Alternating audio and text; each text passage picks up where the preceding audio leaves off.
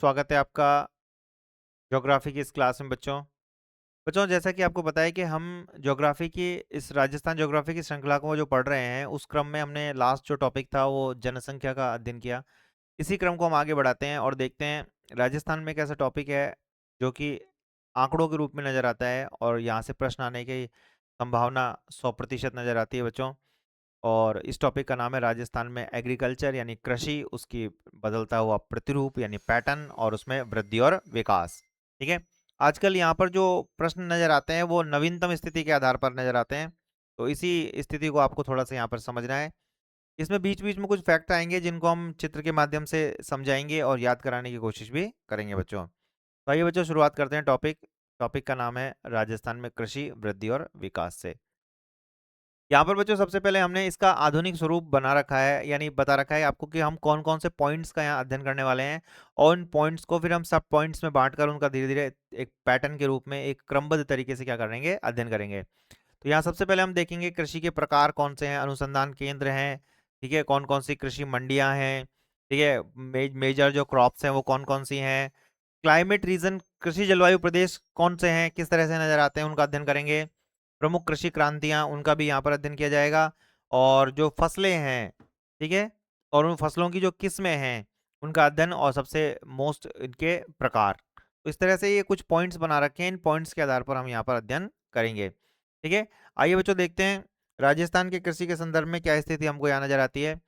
बच्चों, राजस्थान की जो जनसंख्या है, राजस्थान के संदर्भ में बात करें तो राजस्थान क्षेत्रफल में पूरे भारत में नंबर 1 पर है। ठीक है। और यहाँ की जो जनसंख्या है, इस जनसंख्या में लगभग 75% जनसंख्या या फिर 3/4 जो जनसंख्या है वो कृषि कार्यों में संलग्न है, यानी ग्रामीण क्षेत्रों में है। और ग्रामीण क्षेत्रों का मुख्य कार्य क्या होता है, कृषि करना।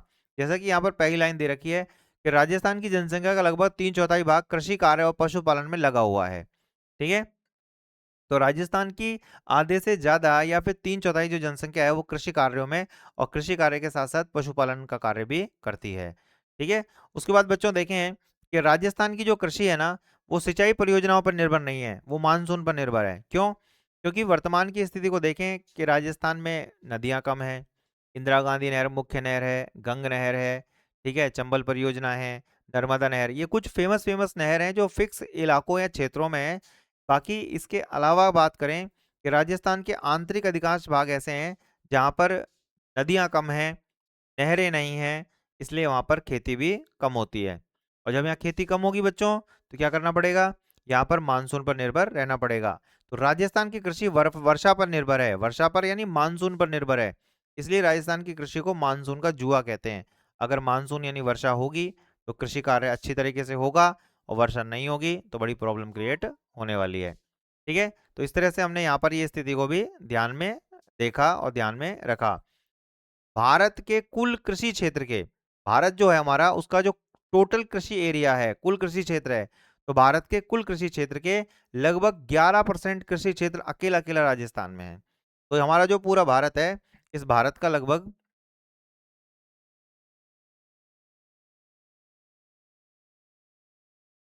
बच्चों ये जो भारत है, इस भारत का लगभग 11% कृषि एरिया भारत के कृषि एरिया का भाग है। ऐसे भी आप इस लाइन को कह सकते हो।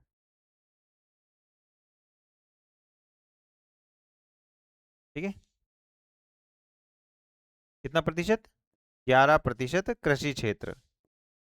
तो 11% जो कृषि क्षेत्र है वो राजस्थान में स्थित है, संपूर्ण भारत का। अच्छी लाइन है, मोस्ट लाइन है, इसको जरूर से याद कर लेना। भारत की कुल लगभग 75% आबादी राजस्थान में भी यही संदर्भ में है।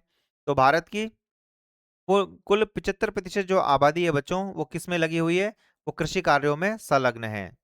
ठीक है। ठीक है। तो 75% आबादी जो है ग्रामीण क्षेत्रों में कार्य कर रही है, और भारत की लगभग 62% आबादी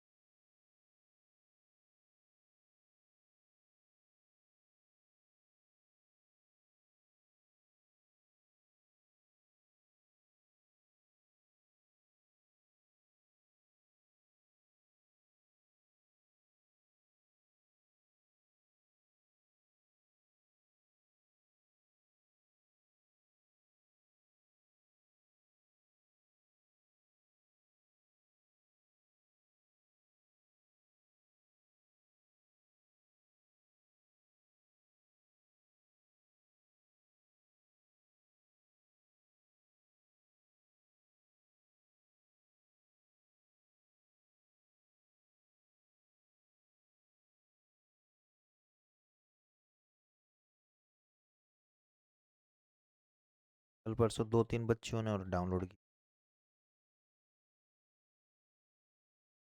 कल परसों लड़का तो कैरोलिन में पढ़ा हुआ है ये लड़का आदिल।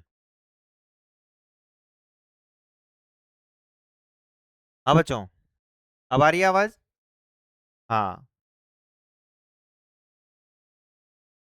तो बच्चों, हमारे 5 से, मैं जैसे आपको बता रहा था, जो राजस्थान ज्योग्राफी के लगभग 5 से 6 टॉपिक और बचे हुए हैं, तो जल्दी ही कंप्लीट होगी और जल्दी कंप्लीट कराएंगे। ठीक है, बिल्कुल। हाँ, तो भारत की बात करें चाहे राजस्थान की बात करें, तो आधी से ज्यादा आबादी कृषि और उससे जुड़े हुए कार्यों में लगी हुई है।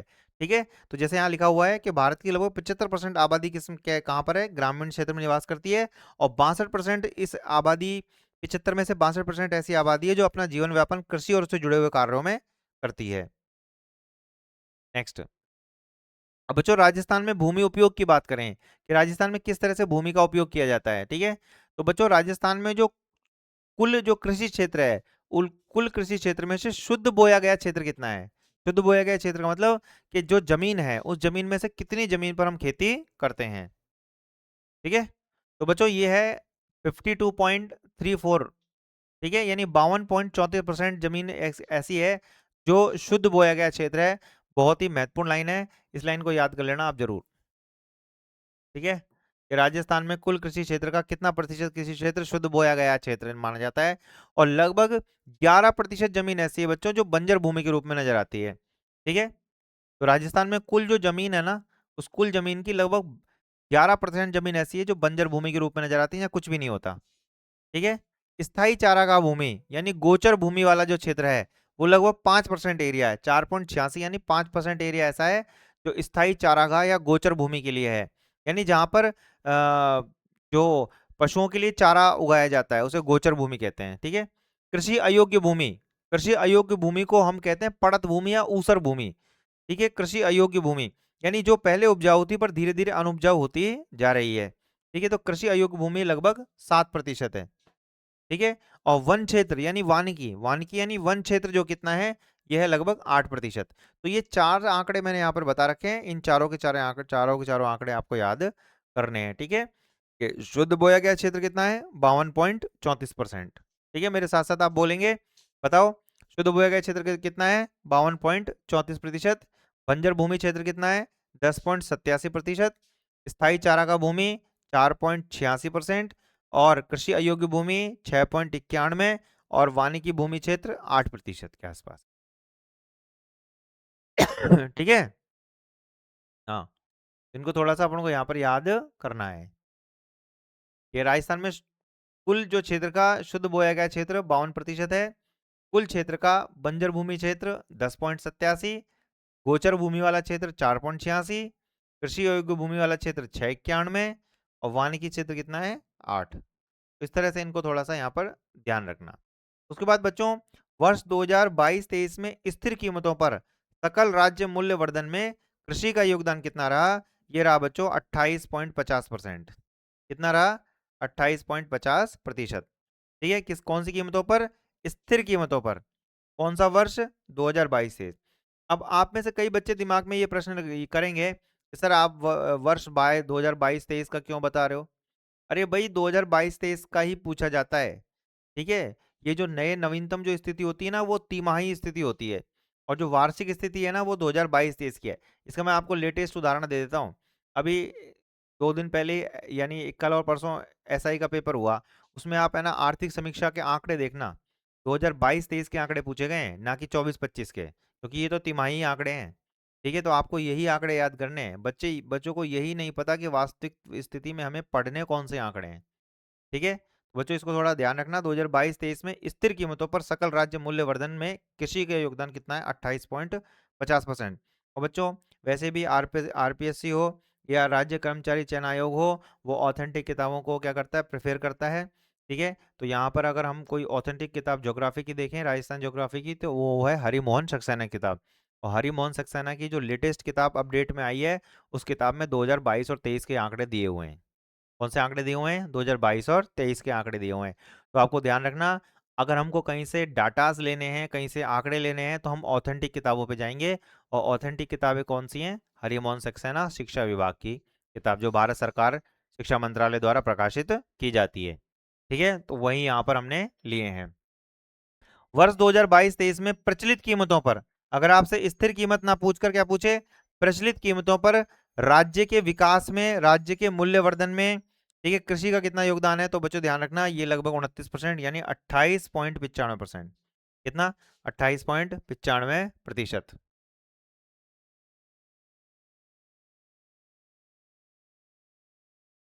हम्म, ठीक है। तो वर्ष 2022-23 में प्रचलित कीमतों पर सकल राज्य मूल्यवर्धन कितना है बच्चों? 28.95। इसका मतलब कुछ ज्यादा अंतर है नहीं। ठीक है, स्थिर कीमतों पर 28.50 है और प्रचलित कीमतों पर कितना है? 28.95।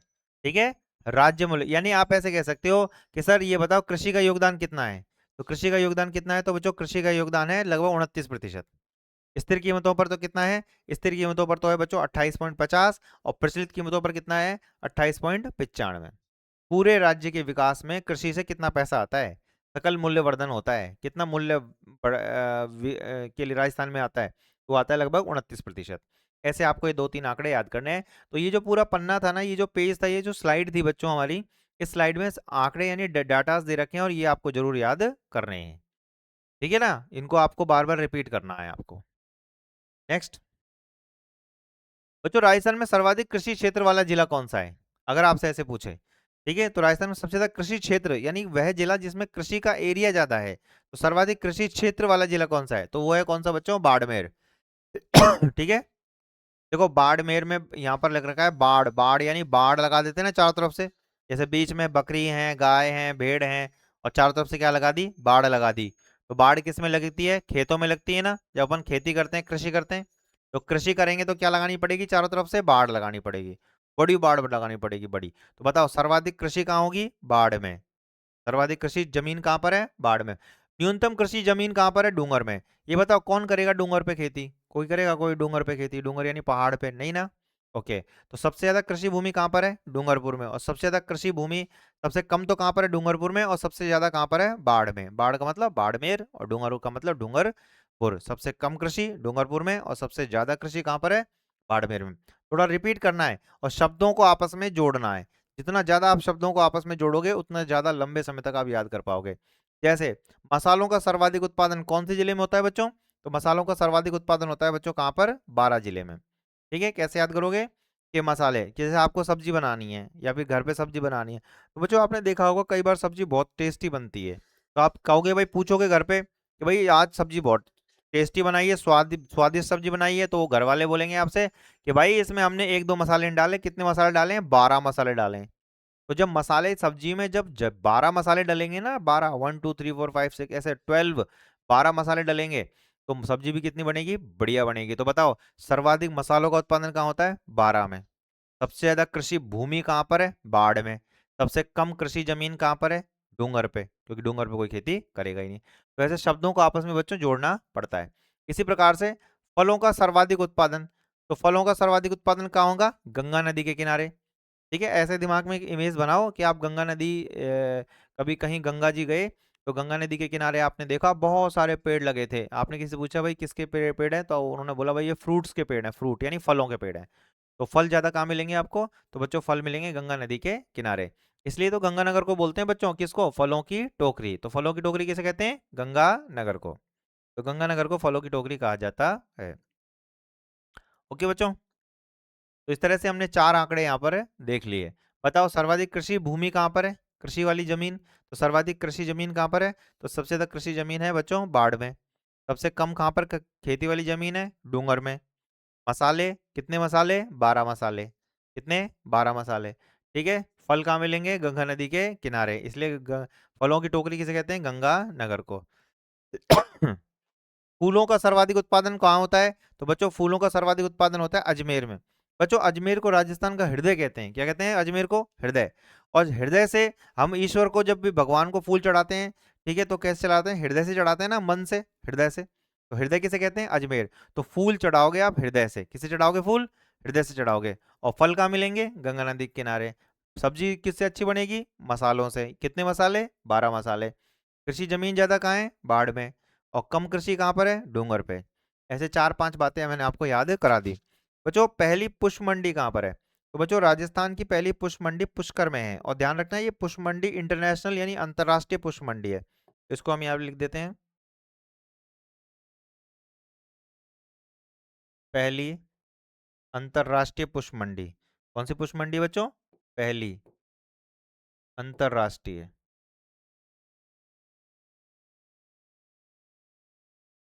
अंतरराष्ट्रीय पुष्प मंडी। बच्चों एक बात ध्यान रखना, ये पहली अंतरराष्ट्रीय पुष्प मंडी है। जबकि अगर आपसे पूछा जाए कि भाई सबसे बड़ी पुष्प मंडी कौन सी है राजस्थान की, सबसे बड़ी, सबसे बड़ी पुष्प मंडी, और वो है बच्चों मुहाना, मुहाना मंडी जयपुर। तो मुहाना मंडी जो जयपुर है वो सबसे बड़ी पुष्प मंडी है। जबकि सबसे पुरानी या पहली पुष्प मंडी कौन सी है? पुष्कर। बच्चों अगर आपसे पूछे जाए पुष्प पार्क कहाँ पर है, पुष्प पार्क, ठीक है, तो कहाँ पर है बच्चों? ये नीमराणा में, ठीक है। तो नीमराणा में पुष्प पार्क है, ठीक है, यानी इंडस्ट्रियल एरिया है। ओके, आगे चलते हैं बच्चों। दालों का सर्वाधिक उत्पादन कहाँ होता है? नागौर में। तो राजस्थान का वह कौन सा जिला है जहाँ दालें सबसे ज्यादा होती हैं बच्चों? वो कौन सा जिला है? नागौर है। कैसे याद करेंगे कि आप जैसे घर गए, सब्जी तो कल बहुत अच्छी बनी थी, कितने मसाले डाले थे सब्जी में? 12 मसाले डाले थे। तो मसाले ज्यादा कहाँ होते हैं? 12 में। अब जैसे आप आज घर पहुंचे तो आपको तो वही, आपका तो मन ऐसे था कि भाई कल इतनी अच्छी टेस्टी सब्जी बनाई थी तो आज भी भाई घर पे बहुत अच्छी टेस्टी सब्जी बनी होगी। जैसे आप घर पहुंचे तो घर वाले ने आपसे बोला कि भाई दाल बना दें आपके लिए, तो आपने बोला ना, दाल ना, दाल तो मैं ना खाऊंगा, दाल बिल्कुल नहीं, मैं तो कल जैसी 12 मसाले वाली सब्जी खाऊंगा जिसमें 12 मसाले होंगे। तो जैसे दाल शब्द आए ना तो दाल को आप ना कर देना, ना का मतलब नागौर। तो दाल तो नहीं, मसाले कितने? 12। ज्यादा खेती कहाँ है? बाढ़ में। कम खेती कहाँ है? डूंगर पे। गंगा नदी के किनारे फल, हृदय से फूल, हृदय का मतलब अजमेर, तो फूल कहाँ है? अजमेर में। पहली पुष्प मंडी अजमेर पुष्कर में। जबकि सबसे बड़ी पुष्प मंडी कहाँ है? मुहाना मंडी। और सब पुष्प पार्क कहाँ है? इंडस्ट्रियल जो पार्क है ना, स्पेशल इकोनॉमिक जोन जिसे कहते हैं, SEZ, मैंने उद्योगों में पढ़ाया है आपको ये, तो वो कहाँ पर है? नीमराणा में। ओके, तो बच्चों इस तरह से हमने दालों का सर्वाधिक उत्पादन कहाँ होता है इसको भी हमने यहाँ पर देख लिया। उसके बाद अब अगला है तिलहन का सर्वाधिक उत्पादन, ठीक है।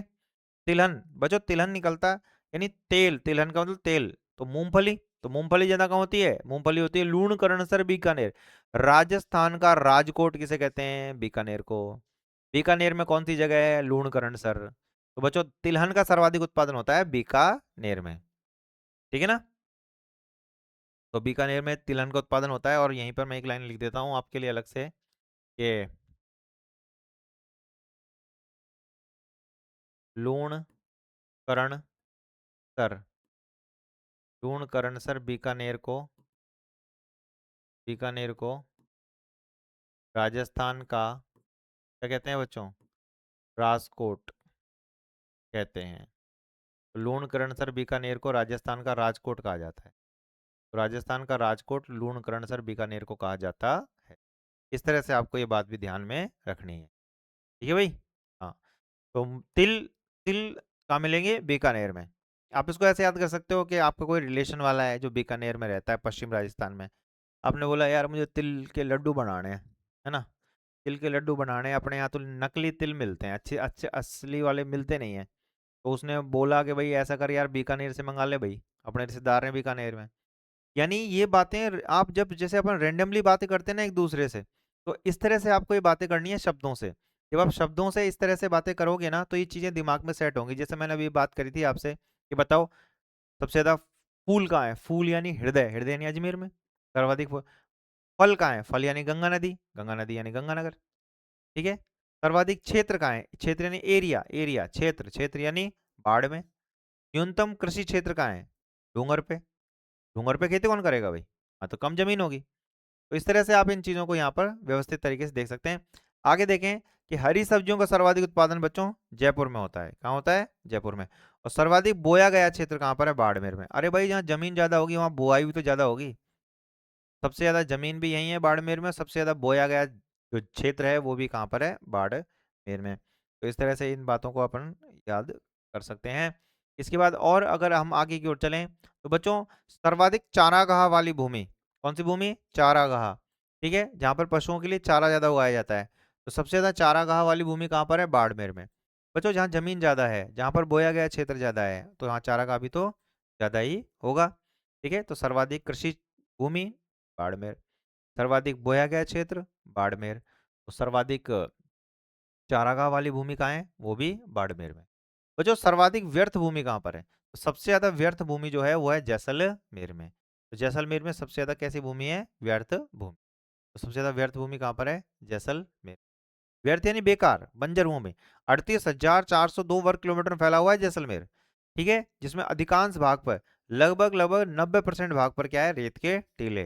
तो रेत के टीलों में कहाँ खेती होगी? यानी व्यर्थ भूमि। तो सबसे ज्यादा व्यर्थ भूमि कहाँ पर मिलेगी? ये मिलेगी बच्चों अपन को कहाँ पर? जैसलमेर में। और चारा कहाँ के मिलेंगे? बाड़मेर में। देखो इसे बाढ़, बाढ़ यानी चारों तरफ से बाढ़ लगा देते हैं ना।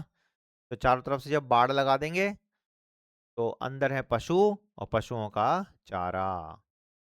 तो पशुओं का चारा अंदर रखा हुआ है और पशु अंदर, चारों तरफ से लगा दिया अपन ने बाढ़, ये बाड़मेर। ठीक है, सर्वाधिक बंजर भूमि, बेकार वाली जमीन, जैसलमेर में। बच्चों सर्वाधिक पड़त भूमि, तो प्रश्न ये बनेगा कि सर ये पड़ती क्या होता है? पड़त, तो बच्चों पड़त का मतलब होता है कि एक ऐसी जमीन जिसको हम खाली छोड़ देते हैं। क्या कर देते हैं? जमीन को हम खाली छोड़ देते हैं। ठीक है, तो एक ऐसी जमीन जिसको हम खाली छोड़ दें, जैसे मान लो अपने पास 4 खेत हैं और अपन खेती कर रहे हैं 2 खेतों पे। 2 खेत इस साल अपन ने खाली छोड़ दिए, इसे बोलते हैं पड़त। पड़त करना यानी खाली छोड़ देना। सबसे ज्यादा पड़त यानी खाली कहाँ पर छोड़ा जाएगा? जोधपुर में। और जोधपुर में भी कौन सी जगह? जो ग्रामीण क्षेत्र है ना, ग्रामीण क्षेत्र में। जोधपुर के जो ग्रामीण क्षेत्र है ना, उसमें सबसे ज्यादा पड़त है जोधपुर के अंदर। बच्चों सर्वाधिक लवणीय भूमि कहाँ पर है? तो सबसे ज्यादा लवणता वाली भूमि कहाँ पर है? तो ये है बच्चों पाली में। तो पाली वह जिला है जहाँ सबसे ज्यादा लवणीय भूमि पाई जाती है। खाद्यान्नों में सर्वाधिक बुवाई कहाँ होगी? ठीक है, जब ध्यान रखना, देखो सर्वाधिक लवणीय भूमि में नागौर भी ऑप्शन आ सकता है। ठीक है, डीडवाना कुचामन भी आ सकता है और पाली भी आ सकता है। अपन को कौन सा आंसर देना है? अपन को आंसर देना है पाली। ध्यान रखना, सर्वाधिक लवणीय भूमि कहाँ पर है? पाली में। मोस्ट लगा लेना, आया हुआ क्वेश्चन है कई बार। लवणीय भूमि यानी NaCl की मात्रा है ना, Na2SO4 और NaCl की मात्रा, सोडियम क्लोराइड, क्योंकि यहाँ लूनी नदी बहती है, लूनी की सहायक नदियां बहती हैं, इसलिए सबसे ज्यादा लवणता देखने को मिलती है कहाँ पर? यहाँ पर। कौन सी जगह है? पाली। तो बच्चों सर्वाधिक लवणीय भूमि कहाँ पर है? पाली में। उसके बाद खाद्यान्नों में, खाद्यान्नों में सर्वाधिक बुआई वह कौन सी फसल है जिसकी सबसे ज्यादा बुआई की जाती है? तो ब से बुआई, ब से बाजरा। सबसे ज्यादा बुआई किसकी होगी बच्चों? बाजरे की। तो बाजरे की बुआई, किसकी बुआई? बाजरे की बुआई। तो बा से बाजरा और बा से बुआई, सर्वाधिक बुआई किसकी होती है भाई? बाजरे की होती है। ठीक है, इस तरह से ध्यान रखना। बच्चों खाद्यान्नों में सर्वाधिक उत्पादन किसका होता है? खाद्यान्नों में सर्वाधिक उत्पादन होता है गेहूं का। किसका? गेहूं। सर्वाधिक उत्पादन किसका होता है बच्चों? गेहूं का। सर्वाधिक उत्पादन गेहूं। अच्छा, बुआई तो बाजरे की होती है परंतु उत्पादन ज्यादा किसका होता है? गेहूं का। ठीक है, ध्यान रखना है ऐसे। बच्चों रबी की फसलों में सर्वाधिक क्षेत्र किसका है? गेहूं का। रबी यानी सर्दियों की फसल, सर्दी की फसल। तो बच्चों सर्दी की फसल में सबसे ज्यादा जमीन कहाँ पर है? तो सबसे ज्यादा जो क्षेत्र है वो गेहूं का है ना। और खरीफ, खरीफ की फसलों में सबसे ज्यादा जमीन फसल कौन सी है? बाजरा। तो खरीफ में तो सबसे ज्यादा कौन सी है जमीन है? बाजरे में। और रबी में कौन से में? गेहूं में। कौन सा खाद्यान्न ज्यादा है? गेहूं। और बुआई ज्यादा किसकी होती है? बाजरे की। ठीक है,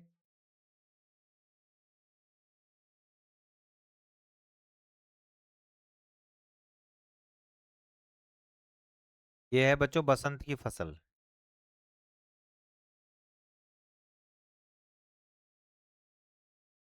कौन सी फसल? बसंत की फसल। तो दलहन में सर्वाधिक क्षेत्र किसका है? चने का। तो चने का क्षेत्र दलहन में सबसे ज्यादा नजर आता है। और तिलहन में सर्वाधिक क्षेत्र किसका है? सरसों का। तो तिलहन में सबसे ज्यादा क्षेत्र सरसों का नजर आता है।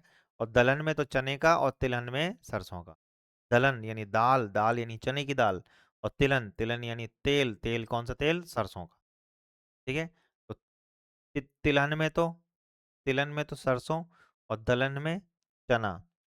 खरीफ में बाजरा, रबी में गेहूं। सर्वाधिक क्षेत्र, उत्पादन ज्यादा किसका? गेहूं का, पर बुआई ज्यादा किसकी? बाजरे की। लवणीय भूमि, पाली में। पड़त, जोधपुर में। बंजर जमीन, जैसलमेर में। और पशुओं के लिए चारा, बाड़मेर में। सर्वाधिक बोया गया क्षेत्र भी बाड़मेर में, और सर्वाधिक कृषि क्षेत्र भी बाड़मेर में। ठीक है।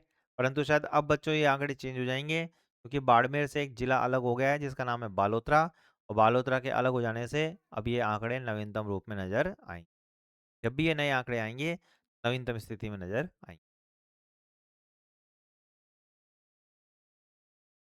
बच्चों यहाँ तक तो हमने इसका आधुनिक स्वरूप पढ़ लिया। अब हम बच्चों यहाँ पर पढ़ने वाले हैं कृषि के प्रकार, टाइप्स ऑफ एग्रीकल्चर। कृषि के प्रकार। ठीक है। तो बच्चों इसमें हमने क्या क्या स्थिति पढ़ी कि राजस्थान की जनसंख्या का लगभग 3/4, कितना चौथाई? 3/4 भाग कृषि व पशुपालन कार्यों में लगा हुआ है। लगा हुआ है कृषि और पशुपालन में। कृषि और पशुपालन के अंदर कितना परसेंट भाग लगा हुआ है? बच्चों ये भाग लगा हुआ है कितना? 3/4 भाग। ठीक है। राजस्थान कृषि को क्या कहते हैं? मानसून का। भारत के कुल कृषि क्षेत्र का 11% कृषि क्षेत्र राजस्थान में स्थित है। कितना कृषि क्षेत्र? 11% कृषि क्षेत्र किसमें निर्भर है? राजस्थान। भारत की लगभग 75% आबादी ग्रामीण क्षेत्रों में, किसमें निवास कर रही है? ग्रामीण क्षेत्रों में। भारत की लगभग 62% आबादी अपना जीवन व्यापन किस पर करती है भाई? उससे जुड़े हुए कृषि और उससे जुड़े हुए कार्यों से करती है। तो इस तरह से हमने आंकड़े देखे हैं, 52-10%। है ना। अभी रिपीट करेंगे इनको, है ना। अब देखो बच्चों, धरातल की जो संरचना है ना अपनी, जो अपना धरातल है, इस धरातल की जो संरचना है, इस धरातल की संरचना के आधार पर और जो समय कितना समय लेती है ना, उसके आधार पर यहाँ पर वर्गीकरण किया गया है। और बताया गया है कि कृषि कितने प्रकार की होती है? 8 प्रकार की खेती होती है। कितने प्रकार की? 8 प्रकार की। बच्चों पहली जो खेती होती है उसे बोलते हैं शुष्क कृषि या बारानी कृषि। कौन सी कृषि? शुष्क कृषि या बारानी कृषि। बच्चों बच्चों क्या मतलब होता है इस शुष्क या बारानी कृषि का? बच्चों ये कृषि उन क्षेत्रों में होती है जहाँ पर कृषि के लिए कम, तो जैसे जैसे नाम से पता चल रहा है शुष्क, जहाँ पर कम वर्षा की आवश्यकता हो। ठीक है। तो शुष्क कृषि को ही हम बारानी कृषि कहते हैं, तो ये क्वेश्चन याद कर लेना। शुष्क कृषि का दूसरा नाम क्या है? बारानी कृषि। ये किन क्षेत्रों में होगी? ये बच्चों उन क्षेत्रों में होगी जहाँ पर कृषि करने के लिए वर्षा की मात्रा कम हो तो भी चल जाएगा, पानी ज़्यादा जरूरत नहीं है। सर एग्जाम्पल कुछ ऐसे बिल्कुल हैं। तो ज्वार की फसल, ज़्यादा पानी नहीं चाहिए ज्वार के लिए। ग्वार, ज्वार के साथ ही ग्वार जोड़ देना। बाजरा और मोठ, तो चार बच्चों ऐसी फसलें हैं जो कम पानी में भी उपलब्ध हो सकती हैं। कौन कौन सी चार फसलें? एक तो ज्वार, ग्वार, बाजरा और मोठ। कितनी हो गई? चार। ज्वार ग्वार, बाजरा और मोठ। ठीक है।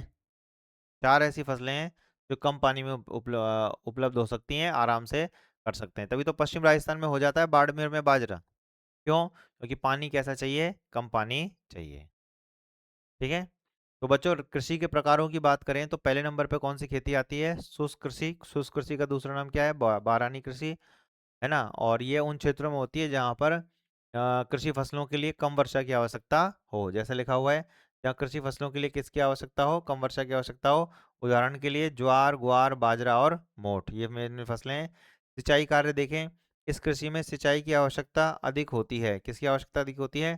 सिंचाई की आवश्यकता अधिक होती है इस कृषि के अंदर। ठीक है ना।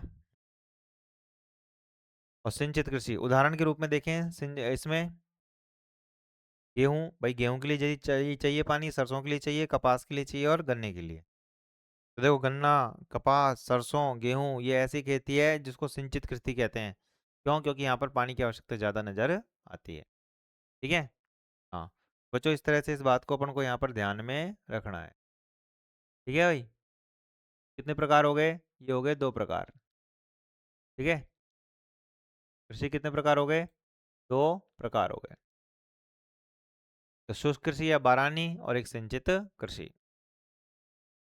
नेक्स्ट, तीसरी है बच्चों तर कृषि। कौन सी कृषि? तर कृषि।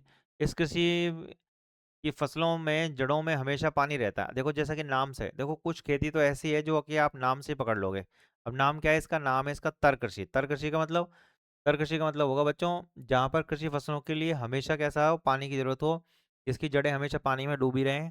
जैसे चावल, चावल को एक जगह बोते हैं, पानी में डूबे रहता है, जब इतना इतना चावल हो जाता है तो वहां से उसको उपाड़ते हैं, दूसरी जगह रोपते हैं, जगह रोपण। तो रोपण कृषि के नाम से जानी जाती है ये। तो चावल हो गया, जूट हो गया, जूट पटसन जिसे कहते हैं, फाइबर। तो जूट हो गया, चावल हो गया और सिंघाड़ा। ठीक है, ये वो फसलें हैं जो कैसी कृषि मानी जाती है? तर कृषि। बच्चों शुष्क या बारानी कृषि के उदाहरण बताना। बाजरा और मोठ। गेहूं, सरसों किसके उदाहरण हैं? सिंचित कृषि के। कौन सी कृषि के? सिंचित। गेहूं, सरसों, कपास और गन्ना। ज्वार, ग्वार, बाजरा और मोठ।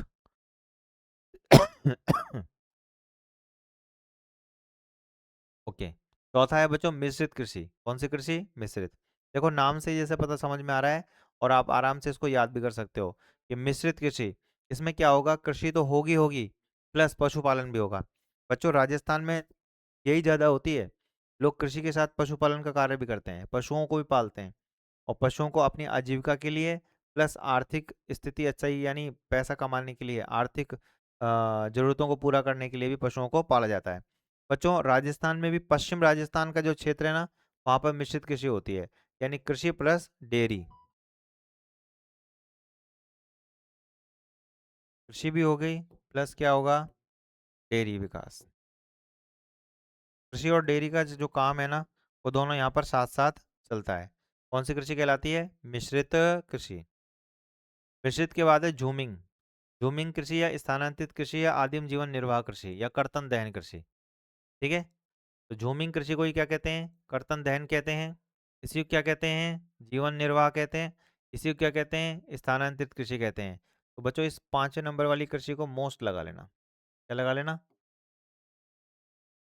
इसमें पहाड़ी इलाकों व जंगलों को काटकर व जलाकर 2-3 वर्ष तक खेती की जाती है तथा उत्पादन कम होने पर यह प्रक्रिया कहीं और दोहराई जाती है। ठीक है, जो कि बहुत सिंपल सी परिभाषा। देखो इसको बोलते थे आदिम तरीके से जीवन निर्वाह करना, या फिर इसको कहते थे, आदिम तरीके से जीवन का निर्वाह करना, या फिर इसको ऐसे कहते थे कि भाई स्थानांतरित। इसमें क्या होता था, लोग कबीलों में रहते थे। किसमें रहते थे? कबीलों में। तो वो लोग क्या करते थे, एक जगह जाते, वहां पर कृषि करते, 2-3 साल के उत्पादन होता, उत्पादन जब कम हो जाता तो वहां से हटा देते थे। ठीक है, तो इस तरह की जो खेती होती थी ना, उस खेती को क्या कहते थे? ये कहते थे झूर्मिंग कृषि। इसमें पहाड़ी इलाकों में जंगलों को काटकर व जलाकर 2-3 वर्ष खेती की जाती थी तथा उत्पादन कम होने पर यह प्रक्रिया कहीं और दोहराई जाती थी। ठीक है, तो ध्यान रखना, जब उत्पादन जैसे ही कम हो जाएगा ना, वहां से वो चले जाएंगे और कहीं और क्या करेंगे? उत्पादन करना शुरू कर देंगे। अच्छा, ये खेती राजस्थान में कौन करता है? तो ये खेती राजस्थान में गरासिया जनजाति के लोग करते हैं और भील जनजाति के लोग। गरासिया जनजाति के लोग इस खेती को जो करते थे उसको वालरा कहते हैं। क्या कहते हैं? वालरा। ठीक है, अच्छा भील जनजाति के लोग ये खेती जब मैदानों में करते हैं, तो मैदानों में तो क्या कहलाती है? दहिया। पहाड़ों में चिमाता। ऐसे याद रखना, चिमाता माता का मंदिर पहाड़ में है। एक ऊंचा सा पहाड़ है जहाँ पर माता का मंदिर है, ची माता। ची माता का मंदिर जो है वो कहाँ पर है? वहाँ।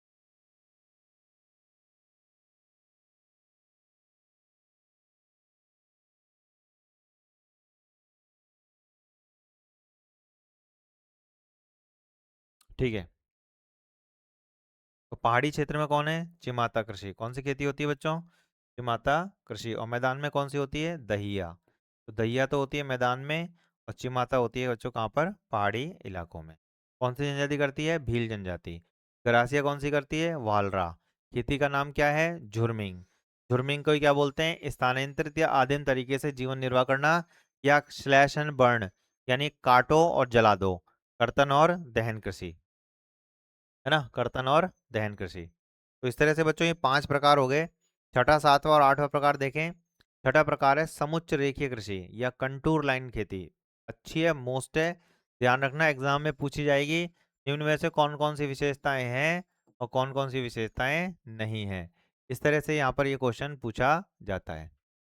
ठीक है, तो तो बच्चों ध्यान रखना, समुच्च रेखीय कृषि कौन सी होती है, कंटूर लाइन कृषि कौन सी है, जो पर्वतीय जो ढाल होते हैं ना, ढाल, तो पर्वतों के ढालों के समकोण पर की जाने वाली खेती, तो पर्वतों के जो ढाल होते हैं उनके जो समकोण एरियाज हैं, समकोण है, उनके समकोण पर जो खेती की जाती है उसे समुच्च रेखीय कृषि कहते हैं। कौन सी खेती कहते हैं, समुच्च रेखीय कृषि। उसके बाद अगला है पट्टीदार कृषि। कौन सी कृषि, पट्टीदार। जैसे मैं इसका उदाहरण देता हूँ समुच्च रेखीय का कंटूर लाइंस का, तो पर्वतीय ढाल है, ठीक है। अब पर्वतीय ढाल है तो इसको आप यूं खेती नहीं कर सकते।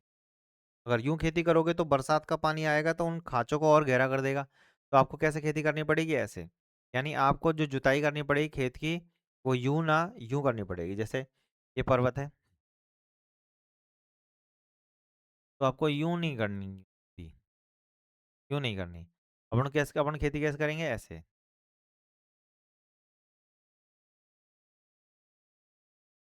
जुताई होगी ना वो इस तरह से होगी, तो समकोण पर होगी, समकोण पर।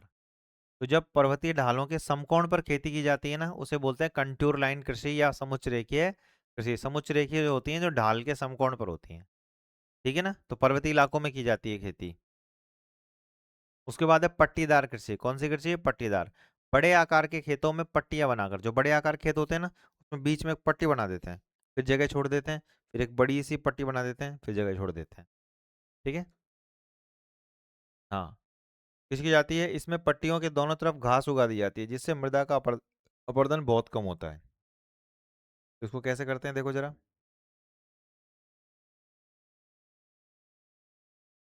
जैसे बीच में पट्टी बना दी, ठीक है, एक पट्टी और बना देता हूँ, ये दो पट्टी बना दी मान लो बीच में,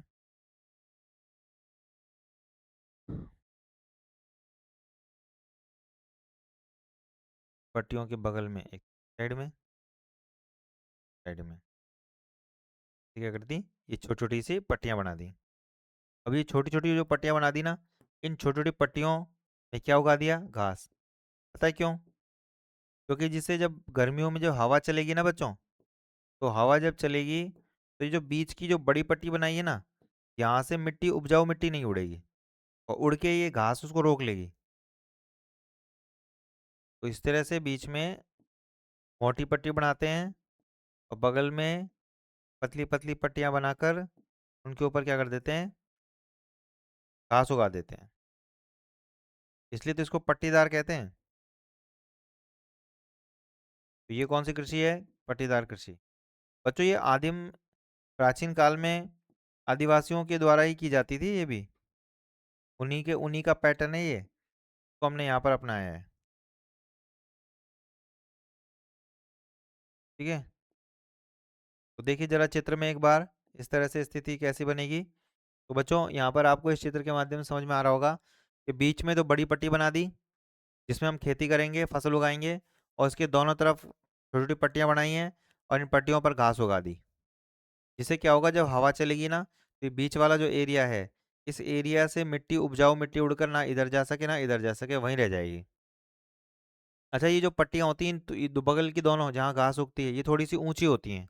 ये जो पट्टियां हैं हल्की सी ऊंची होंगी, और बीच वाली जो बड़ी पट्टी है जहाँ पर हम कुछ उगाएंगे फसल, वो थोड़ी सी नीचे होगी, ठीक है। इससे इसका फायदा क्या है, इससे सॉइल इरेजन नहीं होगा, यानी मृदा का अपरदन नहीं होगा, ठीक है। उसके बाद 8वें नंबर पर रिले क्रॉपिंग। एक वर्ष में एक खेत में 4 बार फसल प्राप्त करना। बच्चों रिले क्रॉपिंग का मतलब होता है, हम एक साल के अंदर एक ही खेत में से जब 4 तरह की खेती, 4 तरह की फसलें उगाते हैं ना, उसे रिले क्रॉपिंग कहते हैं। इसको याद जरूर कर लेना बच्चों। परंतु प्रश्न ये है कि राजस्थान में ऐसी खेती होती नहीं है। क्यों नहीं होती, क्योंकि भाई राजस्थान में ऐसी इतनी उपजाऊ मिट्टी है ही नहीं। राजस्थान में ऐसी कोई मिट्टी नहीं है जहाँ पर 4 तरह की खेती हो सकती है एक साल के अंदर, 2 या 3 ही खेती होती हैं।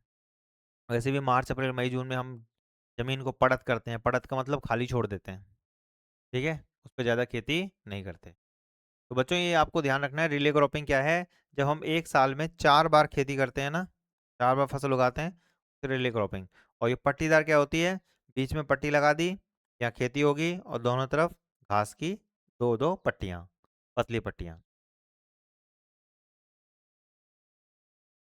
ओके। तो बच्चों ये कृषि के प्रकार थे, और ये कृषि कितने प्रकार थे? तो ये कृषि के प्रकार थे 8। धरातलीय, स्थिति, संरचना और समय के आधार पर। समय के आधार पर, धरातलीय, संरचना और स्थिति के आधार पर। कौन कौन सी? चलो मेरे संग रिपीट करो। पहले नंबर पे कौन सी आएगी? शुष्क या बारानी कृषि आएगी। सेकंड नंबर पे सिंचित आएगी। तीसरे पर तर कृषि। चौथे पर मिश्रित कृषि। पांचवे पर झुर्मिंग कृषि। कौन सी आएगी पांचवे पे? झुर्मिंग। छठे पे समुच्च रेखीय। सातवें पे पट्टीदार खेती। और अंत में आठवें पे रिले क्रॉपिंग। इनका क्या क्या अर्थ है और क्या इनका मेन बात है, वो आपको ध्यान में रख। ठीक है भाई? बिल्कुल। आह।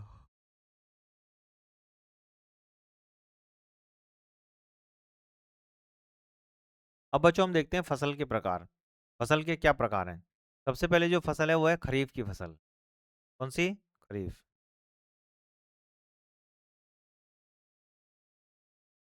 सबसे पहली फसल है खरीफ की फसल। बच्चों प्रश्न ये बनेगा कि खरीफ की फसल का समय क्या है। बच्चों ये फसल जून जुलाई में तो बोई जाती है। कब बोई जाती है फसल? जून और जुलाई में इसको बोई जाती है, और सितंबर अक्टूबर के आसपास इसको काट लेते हैं। तो जून जुलाई अगस्त सितंबर और अक्टूबर। ठीक है? तो ये इसका समय अवधि होती है, यानी कह सकते हो अपन वर्षा काल में, वर्षा काल या बसंत काल में, जो वर्षा काल है उसमें ये फसल जो, या फिर इसको शरद काल कह सकते हो, उस समय ये फसल होती है। ठीक है? अच्छा प्रश्न ये है कि सर इसका उपनाम क्या है? तो ध्यान रखना, जो खरीफ की फसल होती है ना, उसे बच्चों सियालू कहते हैं। क्या कहते हैं उसे? सियालू। तो सियालू कौन सी फसल होती है? खरीफ की फसल होती है, तो उपनाम है। तो ध्यान रख लेना।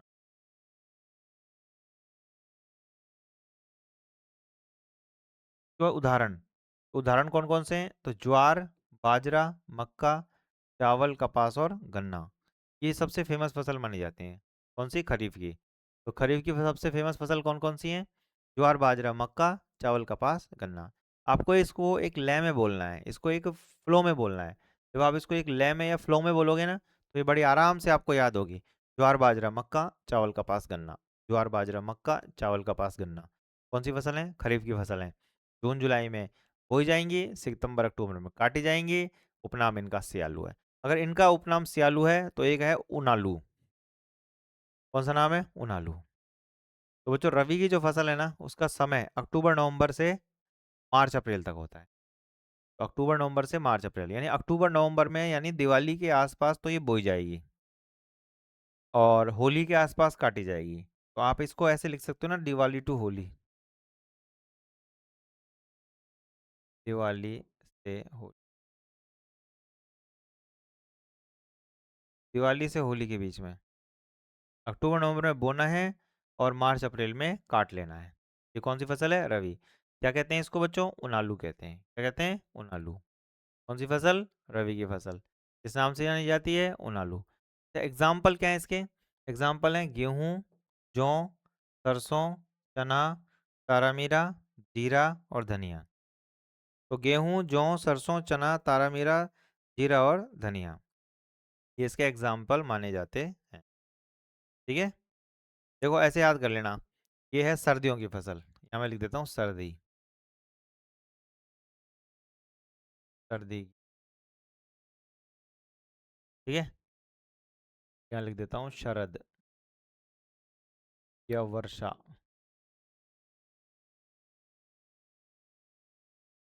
पीछे बसंत लिख।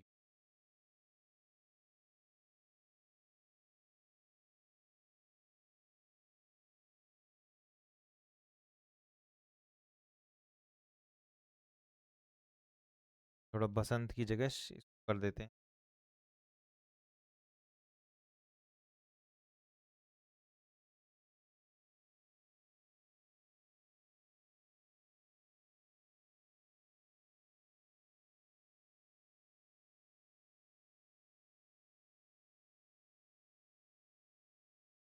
शरद या वर्षा की फसल, बाजरा।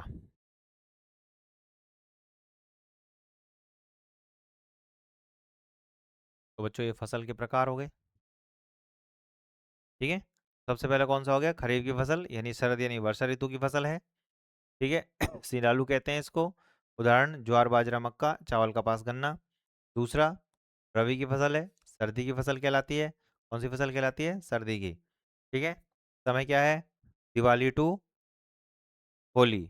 दिवाली यानी अक्टूबर नवंबर, होली यानी मार्च अप्रैल में। तो अक्टूबर नवंबर से मार्च अप्रैल। उनालू कहते हैं उसको, दियालू, उनालू। या खरीफ, उनालू, रबी।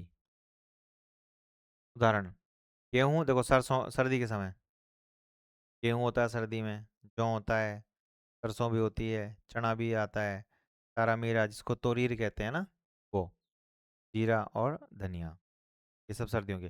जायद, तो जायद में समय देखें तो मार्च से जून, तो मार्च अप्रैल मई जून, इसमें हरी सब्जियां और पशुओं का हरा चारा भी नजर आएगा।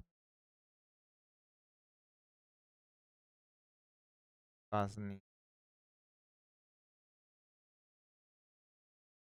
बरसनी, कासनी और बरसनी इसमें शामिल होती है। इन दोनों को अपन को यहाँ पर याद रखना है। ठीक है भाई।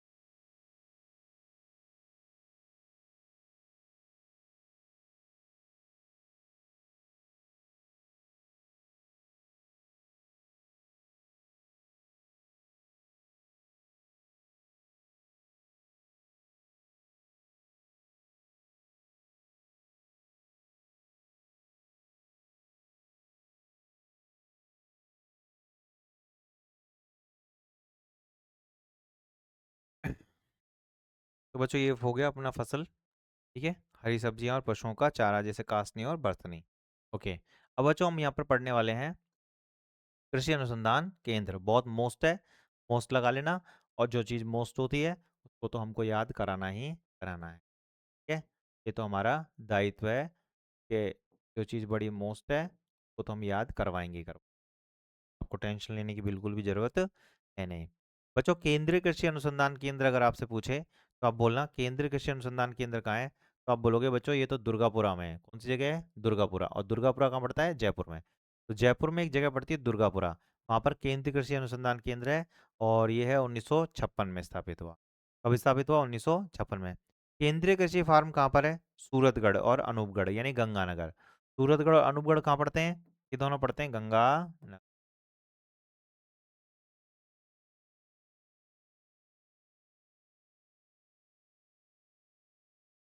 ठीक है, तो सूरतगढ़ और अनूपगढ़ जो है वो गंगानगर में पड़ते हैं। तो यहाँ पर जो है वो कृषि अनुसंधान केंद्र है। क्या है भाई?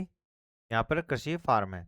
कपास अनुसंधान केंद्र कहाँ है? गंगानगर में। गेहूं अनुसंधान केंद्र कहाँ है? हनुमानगढ़ में। केंद्रीय सरसों अनुसंधान केंद्र केवल भरतपुर,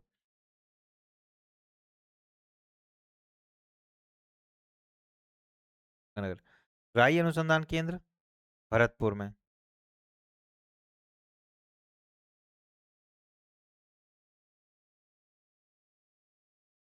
भरतपुर। ठीक है, अब मैं इनको याद कराने की बात करता हूँ, तो हम याद करने की कोशिश करते हैं सब अनुसंधान केंद्रों को। ठीक है, बीज मसाला अनुसंधान केंद्र तबीजी अजमेर। चारा बीज अनुसंधान केंद्र कहाँ पर है? जैसलमेर। रतन जोत नागौर में। रतन जोत कहाँ पर है? नागौर में। बाजरा अनुसंधान केंद्र कहाँ है? बाड़मेर में।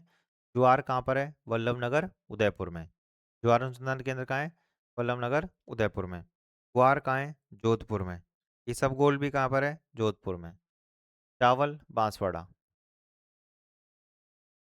चलो अब मैं इसको याद कराऊँ आपको। चलो देखते हैं। यहाँ पर एक पेज ले लिया मैंने, ठीक है।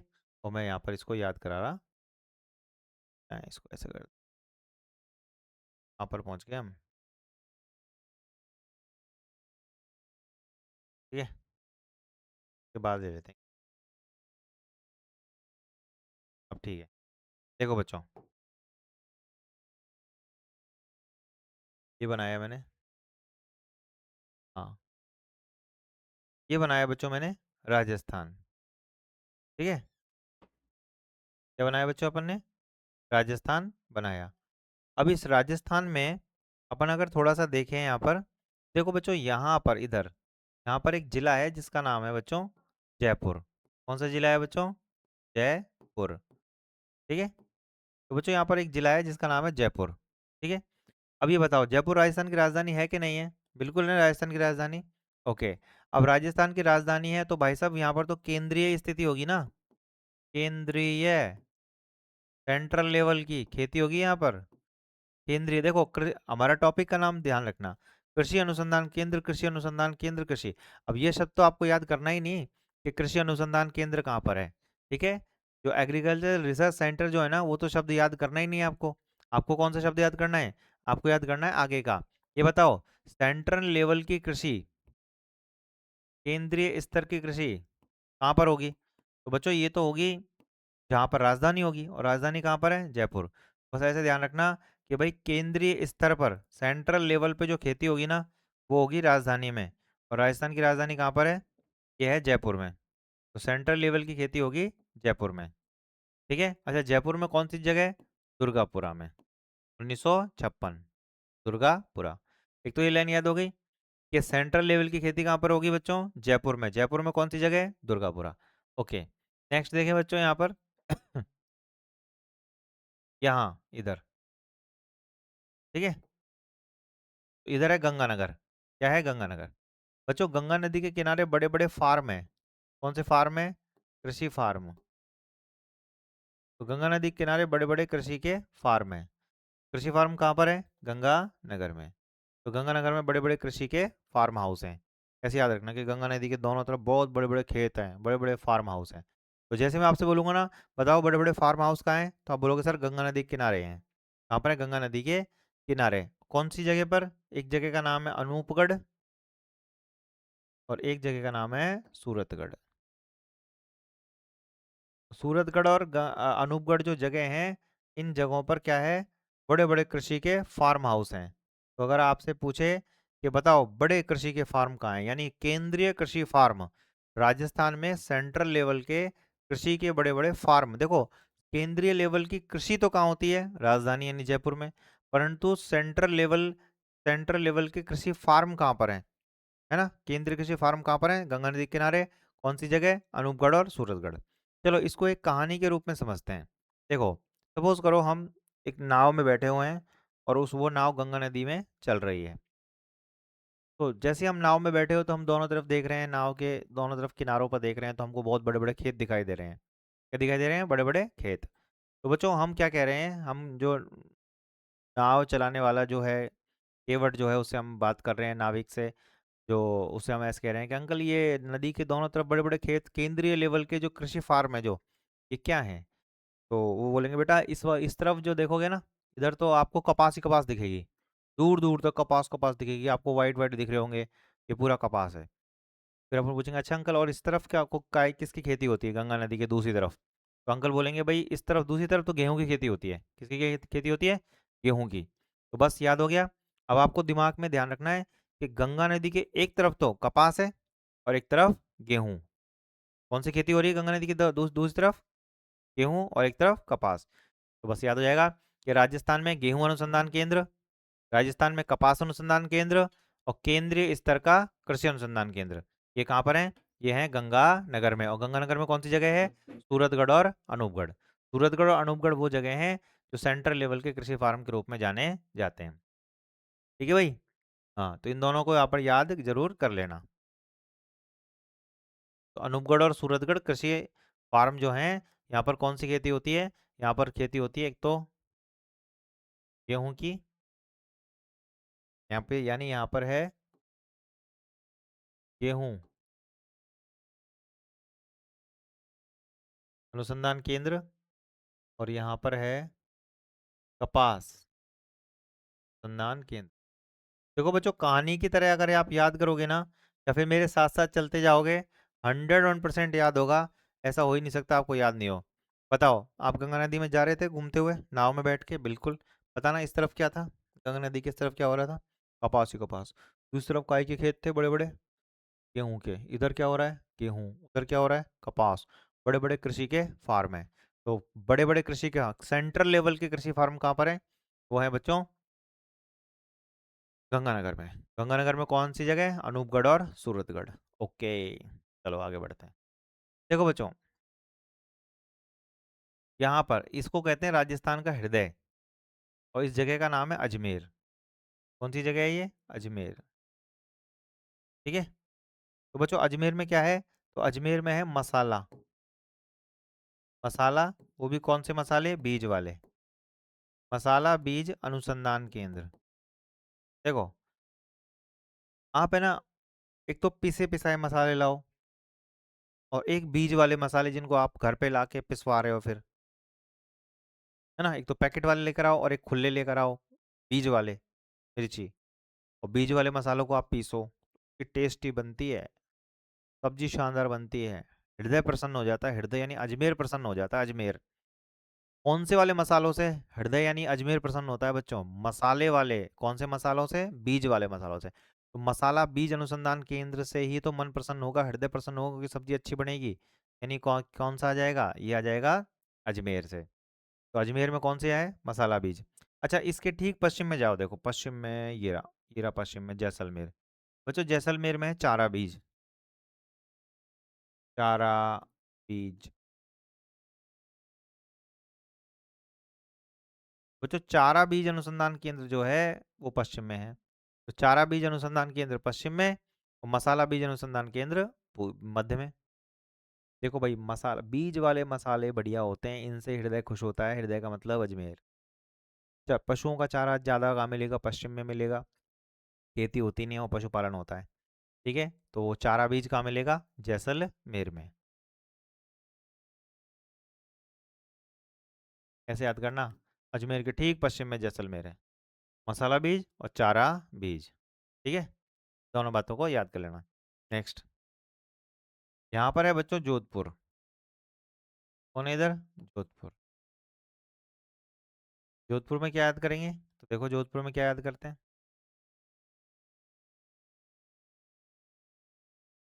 शुष्क वन अनुसंधान केंद्र।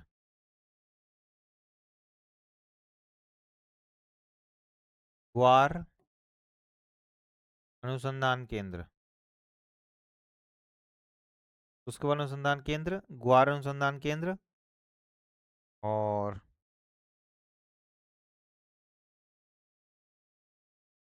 इसबगोल। इसबगोल अनुसंधान केंद्र। शुष्क अनुसंधान केंद्र, ग्वार अनुसंधान केंद्र, और इसबगोल अनुसंधान केंद्र, ये तीन है। शुष्क, ग्वार और इसबगोल अनुसंधान केंद्र। ठीक है। तो शुष्क वन अनुसंधान केंद्र कहाँ पर है? जोधपुर में। ग्वार अनुसंधान केंद्र कहाँ है? जोधपुर में। इसबगोल अनुसंधान केंद्र कहाँ है? जो अब कैसे याद करेंगे? तो सुनो मेरी बात, कहानी सुनना गौर से। देखो बच्चों, जोधपुर में एक फैमिली रहती है। ठीक है। तो घर में दो बच्चे हैं और मम्मी पापा हैं। अब हुआ क्या, सुनना गौर से। वो जो माता पिता हैं वो गए गाँव, और वो ऐसे बोल गए अपने बच्चों से कि भाई हम जा रहे हैं 2-3 दिन के लिए, और आ जाएंगे तो हमारा एक दो काम कर देना। क्या? ये जो अपन ने गमले लगा रखे हैं ना, पेड़ लगा रखे हैं सुंदर सा, अपन ने जो पूरा वन सा बना रखा है, इसको इसमें आप पानी देते रहना।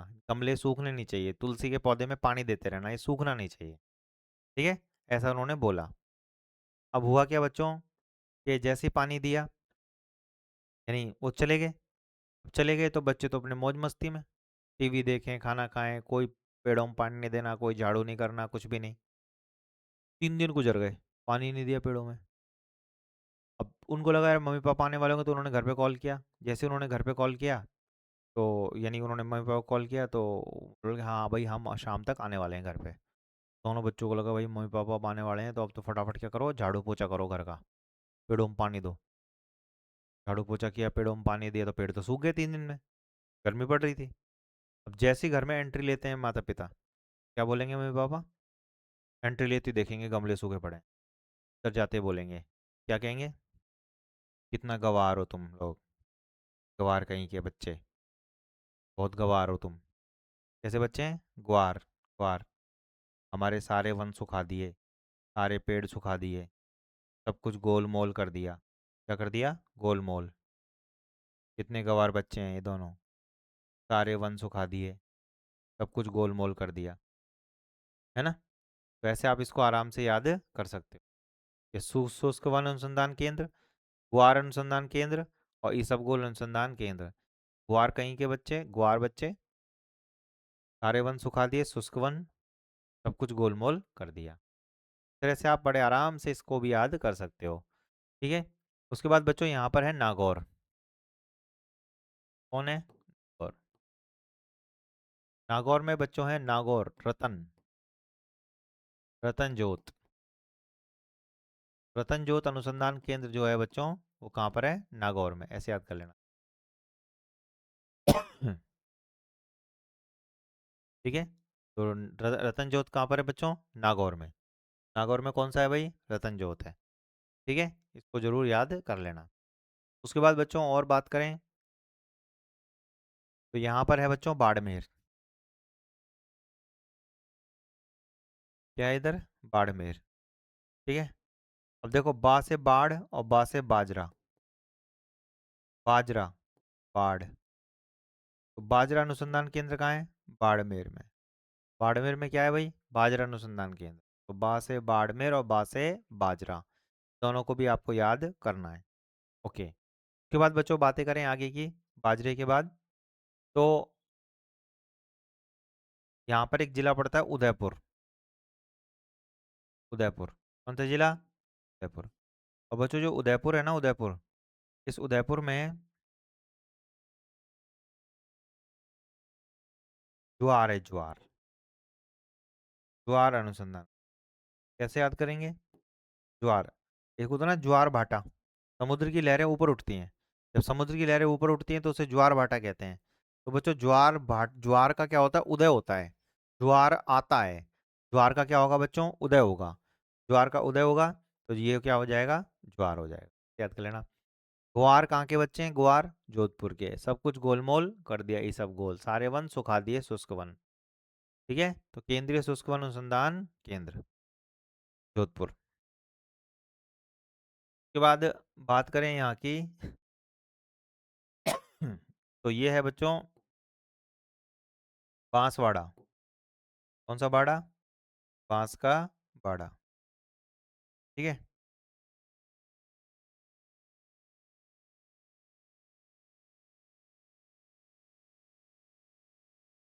तो बांसवाड़ा में देखो क्या करें। बच्चों बांसवाड़ा में रहते हैं आदिवासी। कौन रहते हैं बांसवाड़ा में? आदिवासी। और आदिवासी लोग क्या करते हैं? आदिवासी लोग बनाते हैं चावल।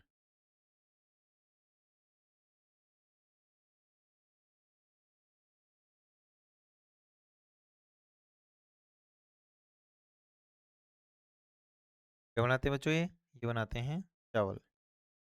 ठीक है। अब जब ये चावल बनाते हैं ना, कुकर, प्रेशर कुकर में, ये गैस है, चावल बना रहे हैं। ठीक है। तो देखो ये चावल कैसे बनाते हैं। अपन बनाते हैं भाई प्रेशर कुकर में चावल, आदिवासी लोग बांसवाड़ा के। तो अपन तो केवल चावल डालते हैं, जैसे नमकीन चावल बनाएंगे तो जैसे हल्दी डाल देंगे, आलू काट के डाल देंगे। ठीक है। अच्छा, ये जो चावल बनाते हैं ना, ये देखो कैसे बनाते हैं।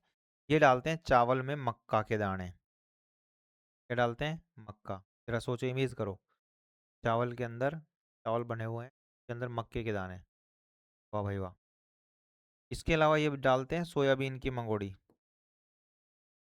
सोयाबीन अनुसंधान केंद्र, सोयाबीन अनुसंधान केंद्र, मक्का अनुसंधान केंद्र। क्या डालते हैं? चावल, मक्का और सोयाबीन, ये डालते हैं। इसके अलावा क्या करते हैं ये? इसके अलावा बच्चों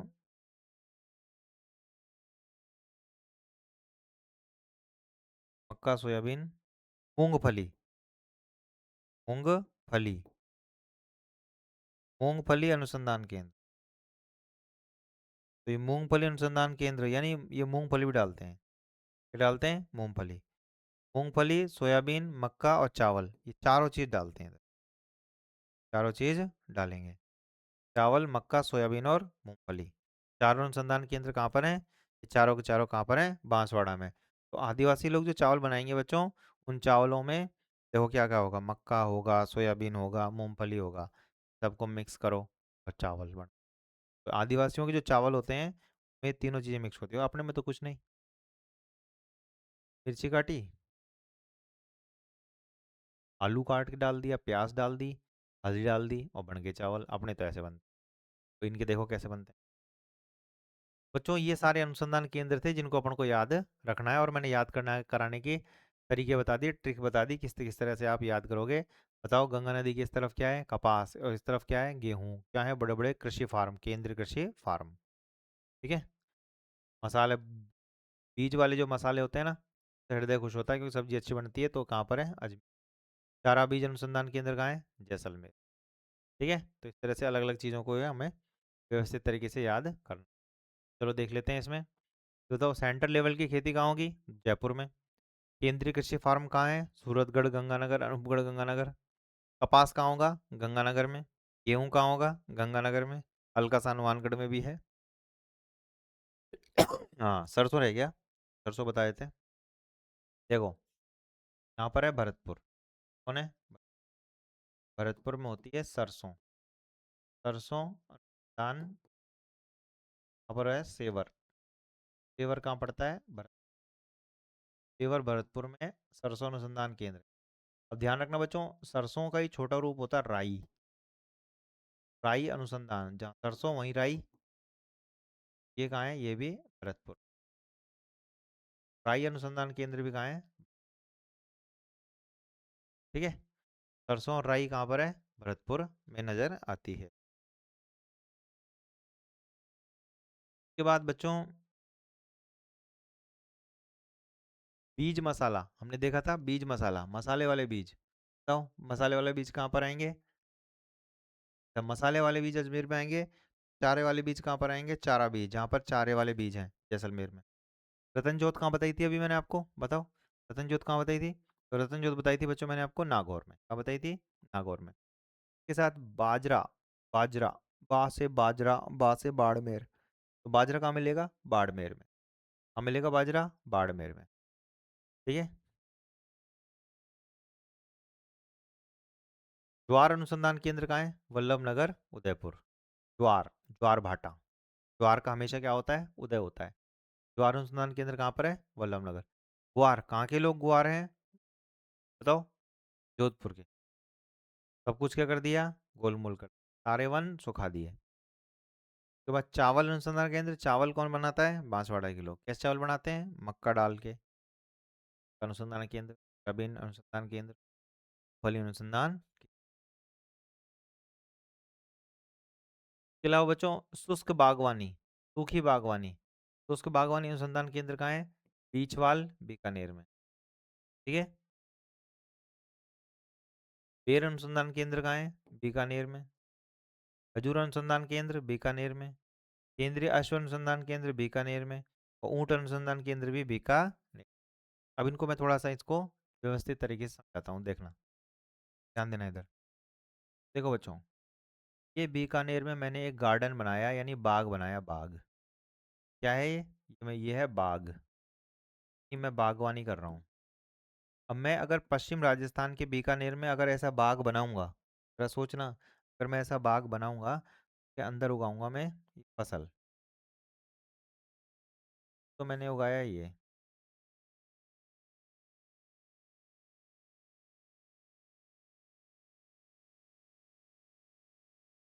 ये तो क्या है? ये तो बेर है, बेर की झाड़ी। एक ये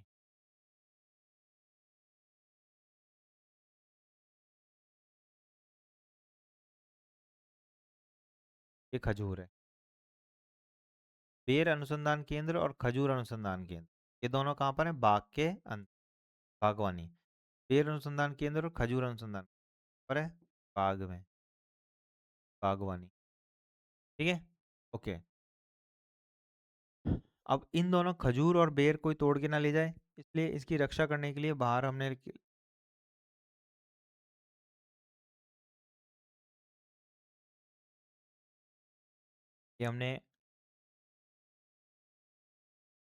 घोड़ा, घोड़ा यानी अश्व, अश्व अनुसंधान, यहाँ पर क्या लगा दिया, अश्व, घोड़ा, घोड़ा बांध दिया एक तरफ।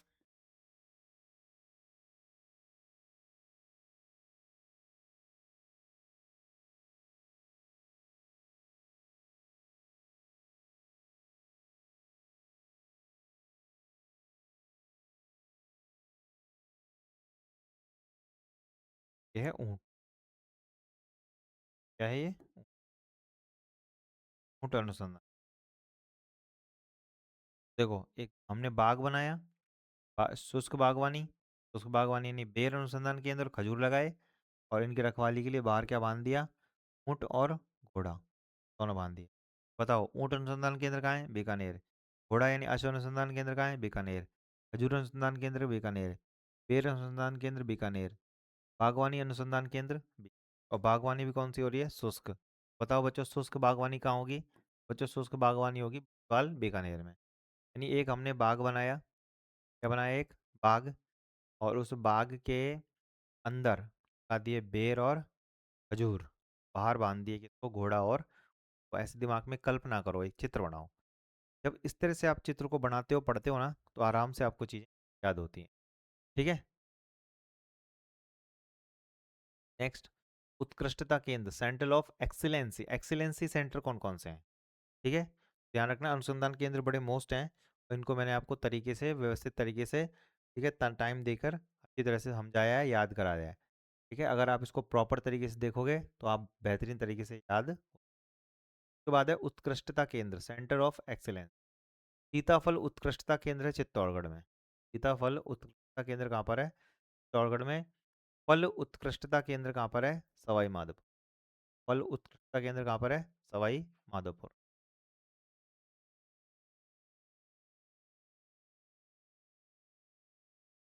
अमरूद, अब देखो यहाँ पर आपको उत्कृष्टता केंद्र तो यह शब्द लिखना ही नहीं बार बार, आपको तो कौन सा शब्द पकड़ना है, ये सीताफल,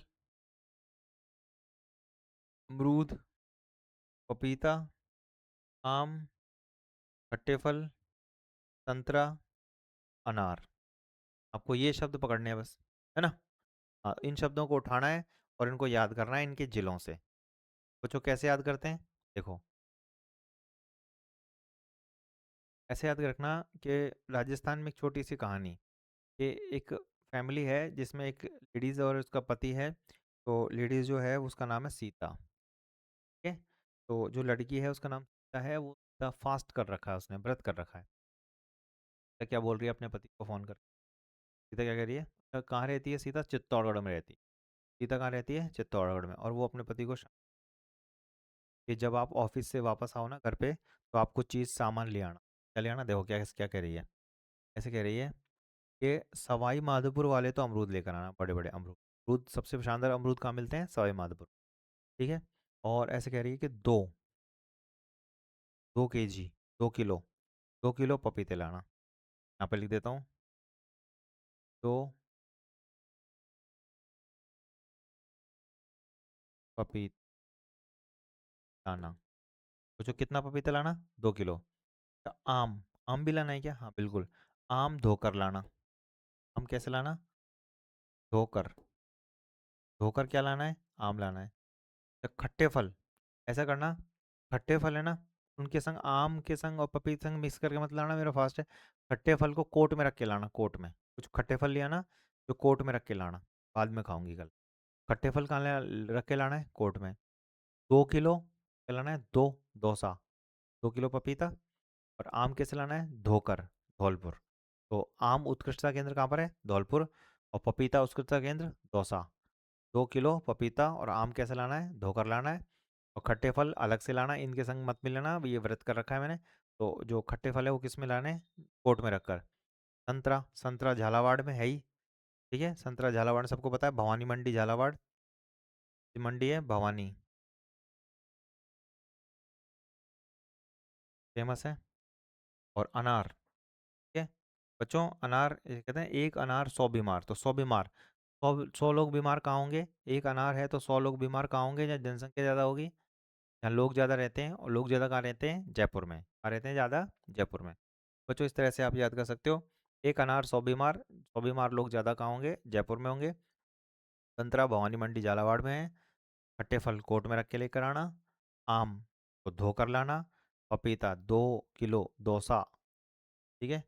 और आम अमरूद भी पता है सवाई माधोपुर के फेमस हैं। फल सवाई माधोपुर, और सीता कहाँ रहती है? सीता ने जिसने ये सारी कॉन्वर्सेशन की है कहाँ रहती है? तो वो रहती है बच्चों चित्तौड़गढ़ में। कहाँ रहती है? चित्तौड़गढ़ में रहती है। ठीक है। इस तरह से ये बात अपन को यहाँ पर ध्यान में रखनी है। उसके बाद है बच्चों प्रमुख कृषि मंडियाँ। राजस्थान में कौन कौन सी जगह पर कृषि मंडियाँ नजर आती हैं? जैसे प्याज, तो बच्चों प्याज कृषि मंडी जो है अलवर में, और विशिष्ट प्याज, तो प्याज की जो विशिष्ट मंडी है ना वो सीकर में है। ठीक है, इसको याद कर लेना। प्याज मंडी अलवर, और प्याज की विशिष्ट मंडी कहाँ पर है? सीकर में। कौन सी जगह है? सीकर में। इसी प्रकार से बच्चों मिर्च की जो विशिष्ट मंडी है ना वो टोंक में। मिर्च की विशिष्ट मंडी कहाँ पर है? टोंक में। तो इसको भी अपन को याद करना है कि मिर्च की विशिष्ट मंडी कहाँ पर है? टोंक में है। ठीक है। इसी प्रकार से धनिया, धनिया की विशिष्ट मंडी कहाँ है? रामगंज कोटा। रामगंज कोटा, कोटा में एक जगह पड़ती है रामगंज, वहाँ पर विशिष्ट मंडी नजर आती है। देखो याद कैसे करेंगे। मिर्च, मिर्च, जैसे आप खाना खा रहे हो, खाना खाते समय जैसे आपने मिर्च खाई, तो मिर्च खाई तो जैसे आप मिर्च खाओगे तो हम आपको टोकेंगे, ठीक है बेटे ये मत खाओ, ये बहुत चिरपिरी है, ये बहुत कड़वी है, ये आपको जलन कर देगी। तो मिर्च जैसे खाओगे तो टोका जाएगा। मिर्च जब भी खाओगे टोका जाएगा। मिर्च को किससे जोड़ दो? टोंक से जोड़ दो। ये मिर्च से जोड़ देंगे टोंक से। धनिया, बच्चों जब अपने पास धन आता है ना, धन, धन यानी पैसा, तो आप पैसे को कहाँ रखोगे? कोट में। धनिया, धनिया, धनिया, धन का मतलब कोटा, कहाँ रखोगे धन को? कोटा में। अच्छा लहसुन, लहसुन मंडी कहाँ पर मिलेगी? 12 में। लहसुन, आपने लहसुन की डली देखी है? जब आप लहसुन की डली को, वाइट वाली डली को, जब आप यूँ खोलोगे, तोड़ोगे, एक एक लहसुन को तोड़ोगे, तो एक लहसुन, दो लहसुन, तीन लहसुन, चार लहसुन, पाँच, ऐसे कितने? तो एक डली में कितने लहसुन निकलते हैं? 12। तो लहसुन कितने हैं? 12। एक डली के अंदर कितने लहसुन हैं? 12। धन, धनिया कहाँ रखोगे? कोट में। मिर्च टोंक, मिर्च टोंक, और प्याज और सीकर, और प्याज की विशिष्ट मंडी सीकर में, और प्याज मंडी अलवर में। बच्चों अमरूद, सबको पता है अमरूद कहाँ मिलेंगे? सवाई माधोपुर में। जीरा, जीरा, बच्चों ऐसे दिमाग में सोचो कि चारों तरफ बाढ़ ही बाढ़ का पानी आ रहा है, चारों तरफ बाढ़ ही बाढ़ आ रही है। जब बाढ़ आ रही है तो बाढ़ के संग क्या बहते बहकर आ रहा है? पानी के साथ जीरा। ठीक है। कहीं पर मान लो किसी ने दो चार डब्बे बड़े बड़े जीरे के रख रखे हो, वहाँ ज़्यादा पानी भर गया, जीरा बह गया, पानी के संग जीरा बहकर आ रहा है। हम सोच रहे थे ये तो कीड़े होंगे, कीड़े नहीं है, जीरा है भाई। तो बाढ़ में क्या बहकर आ रहा है? जीरा। तो जैसे मैं बाढ़ बोलूंगा ना, वैसे ही आपको आपको क्या बोलना है? जीरा। ठीक है। तो बाड़मेर में क्या मिलेगा? जीरा। बताना धनिया, धन, धनिया, धन कोटा। मिर्च, मिर्च यानी टोंक, मिर्च यानी टोंक। लहसुन की डली 12, लहसुन मंडी कहाँ है? 12 में। ठीक है। संतरा की विशिष्ट मंडी, संतरे की विशिष्ट मंडी है भवानी मंडी झालावाड़। तो झालावाड़ में एक जगह पड़ती है भवानी मंडी, और संतरे की विशिष्ट मंडी पाई जाती है।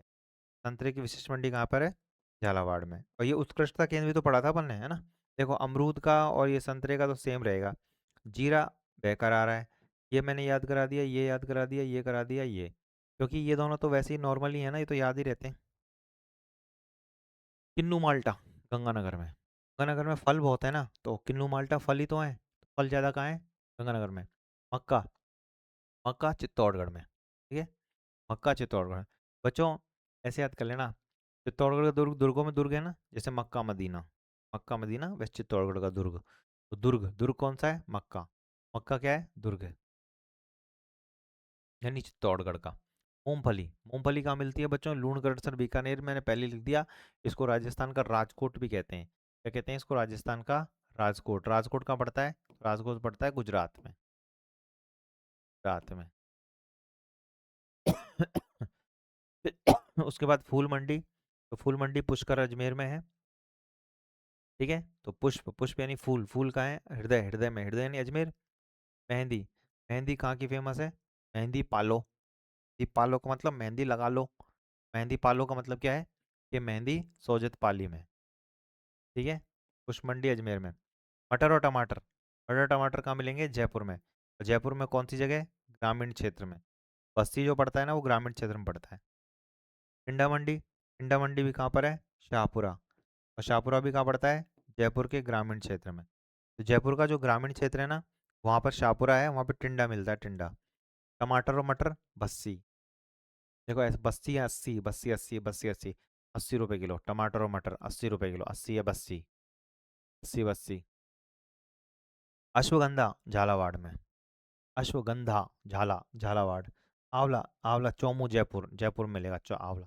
आंवला कहाँ मिलेगा? चौमू में। चौमू कहाँ पड़ता है? जयपुर में। आंवला। आंवला कहाँ मिलेगा? चौमू में मिलेगा, जयपुर के अंदर। ठीक है।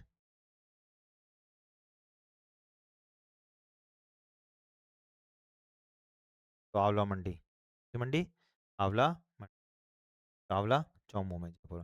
तो जयपुर में कई सारे हो गए, देखो जयपुर में तीन चार हो गए, है ना। तो इन तीन चारों को आप ट्रिक के माध्यम से आराम से याद कर सकते हो। जैसे आप बोलोगे टमाटर और आप बोलोगे मटर, क्या भाव भाई? 80। 80 बोले तो बस्सी। बस्सी जयपुर में। ठीक है।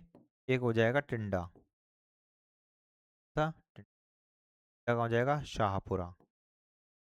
शाहपुरा, तो शाहपुरा में टिंडा हो जाएगा। ठीक है। और एक हो जाएगा चौमू। चौमू। चौमू में क्या हो जाएगा? बच्चों चौमू में हो जाएगा आंवला। बच्चों आंवला किसके लिए अच्छा होता है? आंवला अच्छा होता है आंखों के लिए, बाल के लिए, आंखों के लिए अच्छा होता है आंवला। आँख से जो बच्चे हो जिनको थोड़ा सा आँख से प्रॉब्लम आती है, ठीक है, कैसे कहते हैं ना, दोस्त उनको आपस में, दोस्त एक दूसरे से बात करते कहते हैं अरे चौमू चौ, मतलब तो दिखाई नहीं देता, इसलिए आंवला खाना चाहिए उसको। तो आंवला कहाँ पर है? चौमू में। मैं तो केवल याद करा रहा हूँ, इसका उद्देश्य अपन को याद कराने से है। आंवला कहाँ मिलेगा? चौमू में। और शाहपुरा में क्या मिलेगा? टिंडा। और टमाटर और मटर कहाँ मिलेगा? बस्सी में। ठीक है। टमाटर और मटर कहाँ मिलेगा? बस्सी। ये सब गोल, सब कुछ गोलमोल। गोलमोल, गोलमोल का मतलब जाल। भाई कोई चीज़ जाल में फंस जाती है तो गोलमोल हो जाती है ना। तो जाल में बताओ ईसब गोल अच्छा, ईसब गोल अनुसंधान केंद्र कहाँ है? जोधपुर में। याद कराया था ना जोधपुर की ट्रिक, सूखे वन ग्वार कहीं के। तो ईसब गोल अनुसंधान केंद्र तो कहाँ पर है? जोधपुर में। परंतु ईसब गोल जो मंडी है वो कहाँ पर है? भीनमाल जालौर में। मंडी तो कहाँ पर है? भीनमाल जालौर में। ठीक है। भीनमाल जालौर, दोनों को याद कर लेना। उसके बाद है प्रमुख कृषि क्रांति। ठीक है। तो ये बच्चों क्या हुआ अपना, ये हो गया था अपना यहाँ पर मंडियाँ।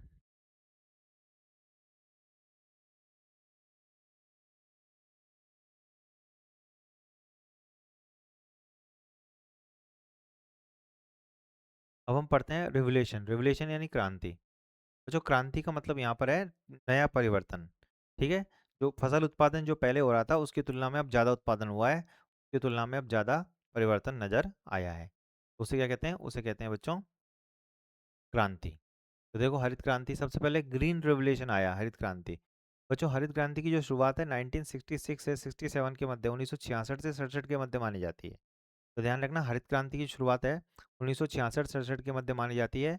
और विश्व में इसके जनक एक व्यक्ति हैं जिनका नाम है नॉर्मन बोरलॉग। कौन है? Norman Borlaug. ठीक है।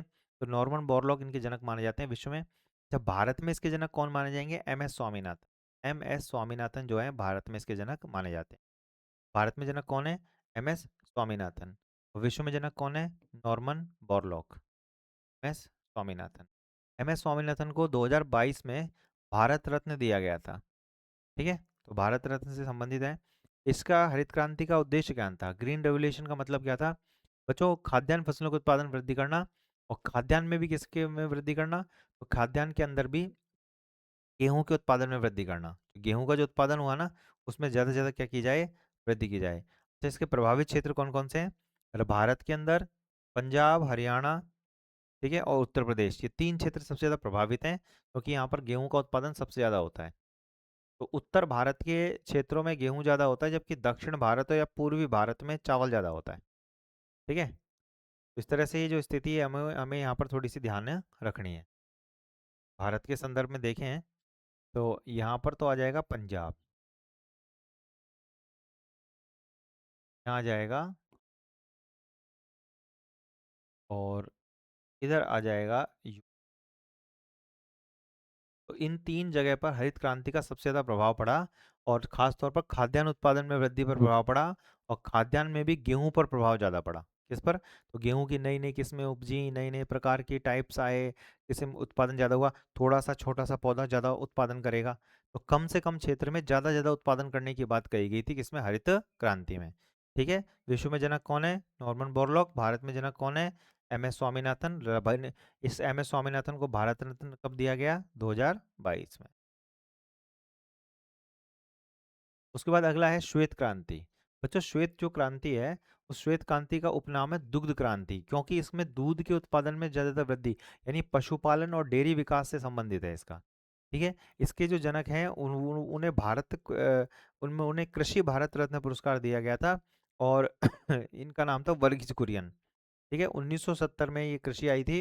इसका नाम था श्वेत क्रांति या दुग्ध क्रांति। वर्गीज कुरियन इसके जनक माने जाते हैं, और इसका समय जो था वो था 1970 का। ये भी बड़ी महत्वपूर्ण क्रांति है। उसके बाद अगली क्रांति आई थी मछली उत्पादन से। तो मछलियों का पालन करना या मछलियों का उत्पादन करना, और ये क्रांति 7वीं पंचवर्षीय योजना में आई थी। तो इस बात को आप IM पे लिख लेना कि 7वीं पंचवर्षीय पंचवर्षीय योजना संबंधित था किसका? नीली क्रांति का। समय कितना था? तो 7वीं पंचवर्षीय योजना का समय था 1985 से 1990। तो 85 से 90 का जो समय था, उसके बाद 91 और 92 का 2 साल के गैप आया, तो वो स्थिति रही, अवकाश काल रहा। और इससे पहले देखें तो 7वीं क्रांति 85 से 90 में रही, जिसके तहत कौन सी क्रांति आई थी? नीली क्रांति। तो पंचवर्षीय योजना थी 7वीं, क्रांति का नाम था नीली, समय था 85 से 90, और मछलियों का जल्द से जल्द पालन करना या उत्पादन करना इसका काम देखा गया। ठीक है। तो इस तरह से बच्चों आज हमने इन क्रांतियों के संदर्भ में या यहाँ तक की बातें की। बाकी की जो क्लास है, बाकी की जो बातें हैं वो क्लास में करेंगे। अब आज हम यहीं पर इसको स्टॉप करते हैं। ठीक है।